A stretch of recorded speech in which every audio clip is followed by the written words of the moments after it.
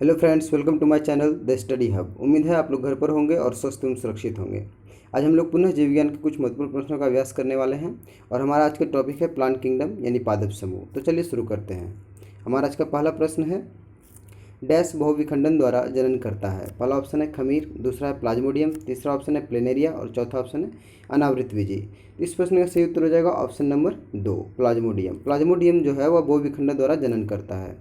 हमारा अगला प्रश्न है, लाइकेन प्लांट डैश डिवीजन से संबंधित है। पहला ऑप्शन है ब्रायोफाइटा, दूसरा ऑप्शन है थैलोफाइटा, तीसरा ऑप्शन है टेरिडोफाइटा और चौथा ऑप्शन है अनावृत बीजी। इस प्रश्न का सही उत्तर हो जाएगा ऑप्शन नंबर 2, थैलोफाइटा। हमारा अगला प्रश्न है, जिन पौधों में स्पष्ट विभेदित शरीर रूपरेखा नहीं होती है वे डैश समूह के अंतर्गत आते हैं। हमारा पहला ऑप्शन है ब्रायोफाइटा, दूसरा ऑप्शन है जिम्नोस्पर्म्स, तीसरा ऑप्शन है टेरिडोफाइटा और चौथा ऑप्शन है थैलोफाइटा। इस प्रश्न का सही उत्तर हो जाएगा ऑप्शन नंबर 4, थैलोफाइटा। हमारा अगला प्रश्न है, इनमें से कौन सा एक सेफ्रोट्रोप है। पहला ऑप्शन है कबूतर, दूसरा ऑप्शन है कुकुरमुत्ता, तीसरा ऑप्शन है पुरुष और चौथा ऑप्शन है शैवाल। इस प्रश्न का सही उत्तर हो जाएगा ऑप्शन नंबर 2, कुकुरमुत्ता। कुकुरमुत्ता जो एक सेफ्रोट्रोप है। हमारा अगला प्रश्न है, पादपों के किस समूह के अंतर्गत सबसे साधारण केंद्रित संरचना वाले पादप आते हैं। पहला ऑप्शन है टेरिडोफाइटा, दूसरा ऑप्शन है थैलोफाइटा, तीसरा ऑप्शन है ब्रायोफाइटा और चौथा ऑप्शन है जिम्नोस्पर्म्स।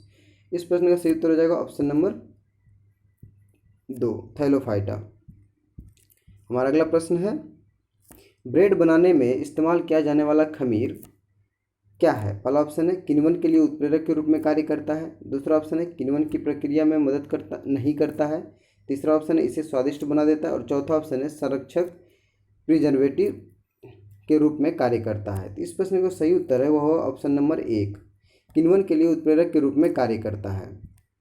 हमारा अगला प्रश्न है, शैवाल निम्नलिखित में से किस समूह से संबंधित है। पहला ऑप्शन है टेरिडोफाइटा, दूसरा ऑप्शन है थैलोफाइटा, तीसरा ऑप्शन है आवृतबीजी, चौथा ऑप्शन है ब्रायोफाइटा। इस प्रश्न का सही उत्तर हो जाएगा ऑप्शन नंबर 2, थैलोफाइटा। शैवाल जो है वह थैलोफाइटा समूह के अंतर्गत आता है। हमारा अगला प्रश्न है,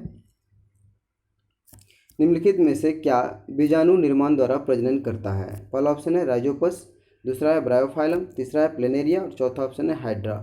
इस प्रश्न का सही उत्तर हो जाएगा ऑप्शन नंबर 1, राइजोपस। हमारा अगला प्रश्न है, डैश में असमान कोशिकाओं का उत्पादन होता है। पहला ऑप्शन है बीजाणुजनन, दूसरा है विभंजन, तीसरा है मुकुलन और चौथा ऑप्शन है विखंडन। इस प्रश्न का सही उत्तर हो जाएगा ऑप्शन नंबर 3, मुकुलन, जिसको हम लोग इंग्लिश में बडिंग बोलते हैं। हमारा अगला प्रश्न है, निम्नलिखित में से कौन से जीव ब्रेड मोल्ड के रूप में भी जाना जाता है। पहला ऑप्शन है राइजोपस, दूसरा ऑप्शन है अमीबा, तीसरा ऑप्शन है प्लाज्मोडियम और चौथा ऑप्शन है ईस्ट। इस प्रश्न का सही उत्तर हो जाएगा ऑप्शन नंबर 1, राइजोपस। राइजोपस को जो हम ब्रेड मोल्ड के रूप में भी जानते हैं। हमारा अगला प्रश्न है, ऐसे कवक जो अपने भोजन के लिए विशेषकर कीड़ों पर निर्भर रहते हैं उन्हें क्या कहा जाता है। पहला ऑप्शन है मृतजीवी, दूसरा ऑप्शन है पैरासाइटाइड, तीसरा ऑप्शन है कीट और चौथा ऑप्शन है एंटोमोपैथोजेनिक। इस प्रश्न का सही उत्तर है वह ऑप्शन नंबर 4, एंटोमोपैथोजेनिक। हमारा अगला प्रश्न है, निम्न में से कौन सा पौधा थैलोफाइटा समूह में वर्गीकृत नहीं होता है। पहला ऑप्शन है कारा, दूसरा है रिक्सिया, तीसरा ऑप्शन है उल्वा और चौथा ऑप्शन है स्पायरोगायरा। इस प्रश्न का सही उत्तर है ऑप्शन नंबर 2, रिक्सिया। रिक्सिया जो है वो थैलोफाइटा समूह में वर्गीकृत नहीं होता है। हमारा अगला प्रश्न है, महासागरों में मौजूद शैवालों की विशाल मात्रा किसका अंतहीन स्रोत उत्पन्न कर सकती है। पहला ऑप्शन है मीथेन, दूसरा है महासागर तापीय ऊर्जा, तीसरा ऑप्शन है सागर लहर ऊर्जा और चौथा ऑप्शन है नाभिकीय ऊर्जा। इस प्रश्न का सही उत्तर होगा ऑप्शन नंबर 1, मीथेन। हमारा अगला प्रश्न है, निम्नलिखित में से कौन सा एक कोशिकीय हरित शैवाल है। पहला ऑप्शन है कारा, दूसरा है यूलोथ्रिक्स, तीसरा ऑप्शन है स्पायरोगायरा और चौथा ऑप्शन है क्लेमाइडोमोनस। इस प्रश्न का सही उत्तर है ऑप्शन नंबर 4, क्लाइडोमोनस। हमारा अगला प्रश्न है, डैश पादप जगत के उभयचर कहलाते हैं। पहला ऑप्शन है ब्रायोफाइटा, दूसरा ऑप्शन है टेरिडोफाइटा, तीसरा ऑप्शन है एंजियोस्पर्म्स और चौथा ऑप्शन है थैलोफाइटा। तो इस प्रश्न का सही उत्तर हो जाएगा ऑप्शन नंबर 1, ब्रायोफाइटा। हमारा अगला प्रश्न है, निम्नलिखित में से कौन सा एक ब्रायोफाइटा नहीं है? पहला ऑप्शन है मार्केसिया, दूसरा ऑप्शन है रिक्सिया, तीसरा ऑप्शन है फ्यूनेरिया, चौथा ऑप्शन है कारा। इस प्रश्न का सही उत्तर हो जाएगा ऑप्शन नंबर 4, कारा। कारा जो है वह ब्रायोफाइटा संघ में नहीं आता है। हमारा अगला प्रश्न है, वे पौधे जिनमें पौधे के विभिन्न भाग उपस्थित नहीं होते हैं वे किस समूह से संबंधित हैं? पहला ऑप्शन है फेनरोगेम्स, दूसरा है थैलोफाइटा, तीसरा ऑप्शन है टेरिडोफाइटा और चौथा ऑप्शन है ब्रायोफाइटा। इस प्रश्न का सही उत्तर है ऑप्शन नंबर 2, थैलोफाइटा। हमारा अगला प्रश्न है, इनमें से कौन सा गैर समूहीय पौधा है? पहला ऑप्शन है कारा, दूसरा है मर्सिलिया, तीसरा ऑप्शन है देवदार और चौथा ऑप्शन है फर्न। इस प्रश्न का सही उत्तर है ऑप्शन नंबर 1, कारा। हमारा अगला प्रश्न है, एक पादप समूह जिसके पौधों में जड़, तना और पत्तियां नहीं होती है उसे क्या कहा जाता है? पहला ऑप्शन है राइजॉइड, दूसरा ऑप्शन है कैप्सूल, तीसरा ऑप्शन है थैलस और चौथा ऑप्शन है ब्रायोफाइटा।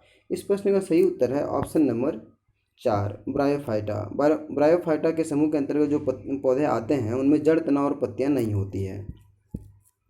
हमारा अगला प्रश्न है, निम्नलिखित प्लांट में से कौन सा प्लांट बॉडी है जो जड़ों, तनों और पत्तियों में अलग नहीं है? पहला ऑप्शन है कारा, दूसरा ऑप्शन है रिक्सिया, तीसरा ऑप्शन है स्पायरोगायरा और चौथा ऑप्शन है मिर्सिलिया।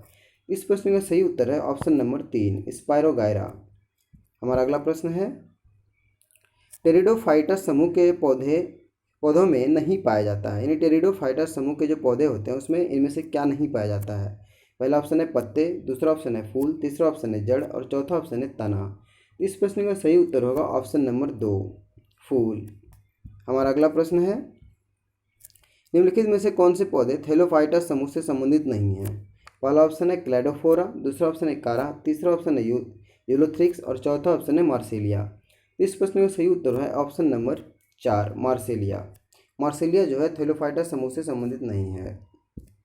हमारा अगला प्रश्न है, ब्रायोफाइटस की निचली बाह्य त्वचा जिसको एपिडर्मल बोलते हैं, कोशिकाओं से बढ़ने वाले उभार को क्या कहा जाता है? ब्रायोफाइटस की निचली बाह्य त्वचा कोशिकाओं से बढ़ने वाले उभार को क्या कहा जाता है? पहला ऑप्शन है राइजाइड, दूसरा है थैलस, तीसरा ऑप्शन है सेटा और चौथा ऑप्शन है कैप्सूल। इस प्रश्न का जो सही उत्तर होगा वह होगा ऑप्शन नंबर 1, राइजाइड।